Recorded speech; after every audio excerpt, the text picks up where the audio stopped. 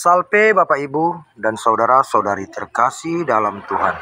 Salam sehat dalam kasih Kristus. Dalam suatu perusahaan, baik itu perusahaan barang maupun jasa, ujung tombaknya adalah marketing. Oleh karena itu, seorang tenaga marketing harus menguasai dengan betul produk yang dia miliki, bahkan juga harus menguasai produk perusahaan sejenis yang menjadi saingan, terutama kelemahan produk saingan itu. Seorang ahli marketing harus pintar mengolah kata, sehingga produknya menjadi menarik bagi calon konsumen. Bisa juga didukung dengan alat-alat peraga, berupa reklame, spanduk, bonus, dan lain-lainnya. Keahlian berkata-kata dan kekuatan reklame dan alat-alat peraga ini biasanya menonjolkan kualitas produk dan menutupi segala kelemahan produk itu. Intinya, menggiring pikiran calon konsumen untuk percaya dan mau menjadi konsumen mereka. Walau nanti setelah mereka menjadi konsumen, ada yang kecewa, itu bukan menjadi urusan ahli marketing. Bapak, Ibu, dan saudara-saudari terkasih, hari ini Yesus berkata, waspadalah terhadap nabi-nabi palsu yang datang kepadamu dengan menyamar seperti domba, tetapi sesungguhnya mereka adalah serigala yang buas.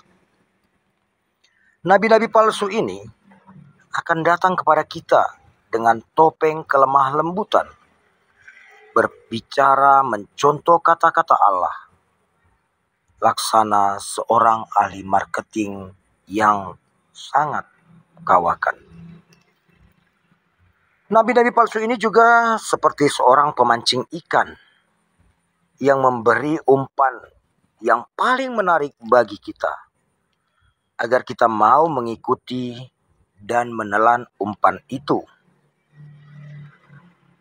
Yang pasti, saat kita sudah tertarik dengan promosi nabi-nabi palsu itu, perlahan-lahan sabda Allah akan ia belokkan tanpa kita sadari.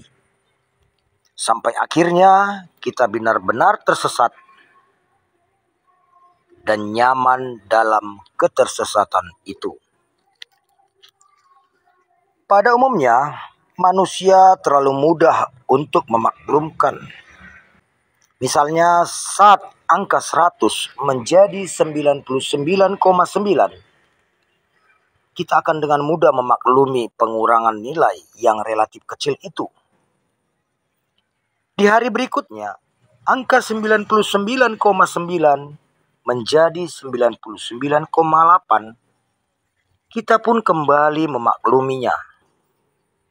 Namun ingatlah, jika hal ini terjadi 1000 kali, tanpa kita sadari, kita telah jauh dari angka yang semula. Begitu juga dalam hal hidup beriman. Saat anak kita malas ke gereja, kita akan memaklumi dengan alasan yang kita buat sendiri. Ya, namanya masih anak muda.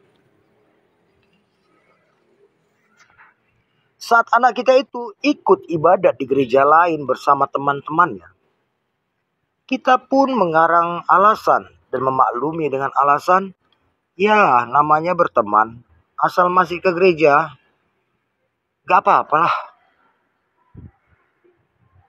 Setelah ia dewasa dan pindah gereja, kita pun masih memaklumi dengan jawaban yang kita buat sendiri. Gak apa-apa, toh masih sama-sama Kristen. Selanjutnya saat ia ingin menikah dan meninggalkan iman Kristen, kita pun masih juga memaklumi dengan jawaban, ya gak apalah, sama-sama menyembah Tuhan kok. Sikap kita yang seperti ini adalah sikap pembiaran terhadap anak kita. untuk masuk perangkap nabi-nabi palsu yang disebut Yesus pada kita hari ini. Dalam tahapan penggerusan iman yang kita maklumi itu, setelah di ujung kita bisa bandingkan dengan iman awalnya. Ternyata anak kita telah jauh tersesat dan kita tidak bisa mengembalikannya seperti membalik telapak tangan. Oleh karena itu, waspadalah.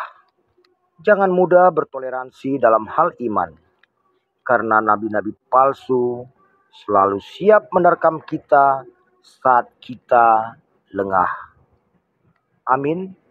Waspadalah.